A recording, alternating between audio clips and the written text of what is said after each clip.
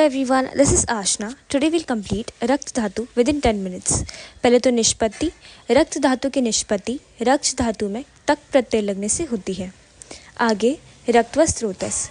इसके मूल स्रोतस है यकृत और प्लीहा, लेकिन आचार्य सुश्रुत ने यकृत, प्लीहा तथा रक्तवाही धमनियाँ भी बताई है।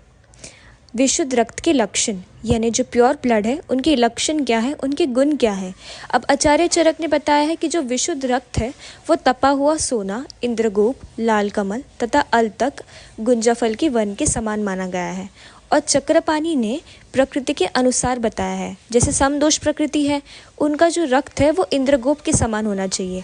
कफ प्रकृति वो तपा हुआ सोने के समान। पित्त प्रकृति उनका रक्त लाल कमल के समान, लाक्षरस या आलता के समान बताया गया है। अब सुश्रुत ने बताया है कि विशुद्ध रक्त असहत, अविवर्ण होना चाहिए। असहत का अर्थ क्या है? ना ही अधिक पतला, ना अधिक घना और ना ही जमने वाला बताया है। और यदि अगर वस्त्र पे लग जाए तो वो धोने पर कोई वर्ण नहीं छोड़ता। अब वाग्भट के अनुसार विशुद्ध रक्त मधुर लवण रस युक्त होता है और सम शीत उष्ण होता है। अब जो लास्ट लाइन है वो भी इम्पॉर्टेंट है इसमें एमसीक्यू पॉइंट ऑफ व्यू से। हेमाद्री ने हेमा के अर्थ से लिया है मंजिष्ठा का कांड। जो मंजिष्ठा का कांड है वो रक्त के वन के समान होता है। अब रक्त वृद्धि के लक्षण की बात करते हैं। अब अगर रक्त की वृद्धि हो जाए तो अंगों में लालिमा होगी, आँखों में लालिमा होगी और सिराएं भरी भरी या फूली फूली हो जाती है। रक्त क्षय के लक्षण।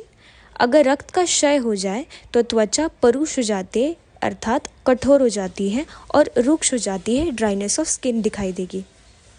आगे रक्त के कार्य हमें तो पता ही है। रक्त संवहन जो कि बॉडी सर्कुलेशन चलता है व्यानवायु के द्वारा, ये इसका मुख्य कार्य है। बल, वर्ण, सुख और उत्तम आयु से संयुक्त करता है। अब उपधातु और मल। रक्त की उपधातु कंडरा और सीरा बताई है। कंडरा को हम टेंडेंस कहते हैं। मोस्टली स्टूडेंट्स को कंफ्यूज होता है कि कंडरा और स्नायु। स्नायु का अर्थ है लिगामेंट्स, कंडरा का अर्थ है टेंडेंस और सीरा है। कंडरा शब्द से चक्रपाणी ने स्थूल स्नायु कहा है। MCQ point of view very important. और रक्त का मल पित्त है, ये तो हमें पता ही है। रक्त का मल पित्त है जो धातु रूप पित्त से अलग है और वसा के पाचन और शोषण में कार्य करता है। एक्सपेक्टेड क्वेश्चंस की बात करें तो वृद्धि एंड क्षय लक्षण फॉर 5 मार्क्स। रक्त धातु डिटेल में पूछ सकते हैं। स्टार्ट करना है व्युत्पत्ति से और एंड करना है उपधातु और मल से। और जैसे विशुद्ध रक्त हमने किए थे अकॉर्डिंग टू डिफरेंट आचार्य, वो इम्पॉर्टेंट है, वो पूछ सकते हैं 5 मार्क्स के लिए।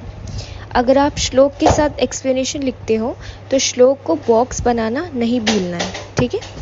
अब आगे क्वेश्चन सॉल्विंग करते हैं। कफ प्रकृति के पुरुष का रक्त किसके समान होता है?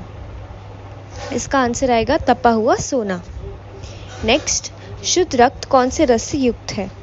मधुर और लवण युक्त। रक्त की वृद्धि के लक्षण कौन से हैं? थर्ड ऑप्शन आंखों में लालिमा, क्योंकि बाकी जो ऑप्शंस है वो रस क्षय के लक्षण है। लास्ट, रक्त के उपधातु और मल कौन से हैं?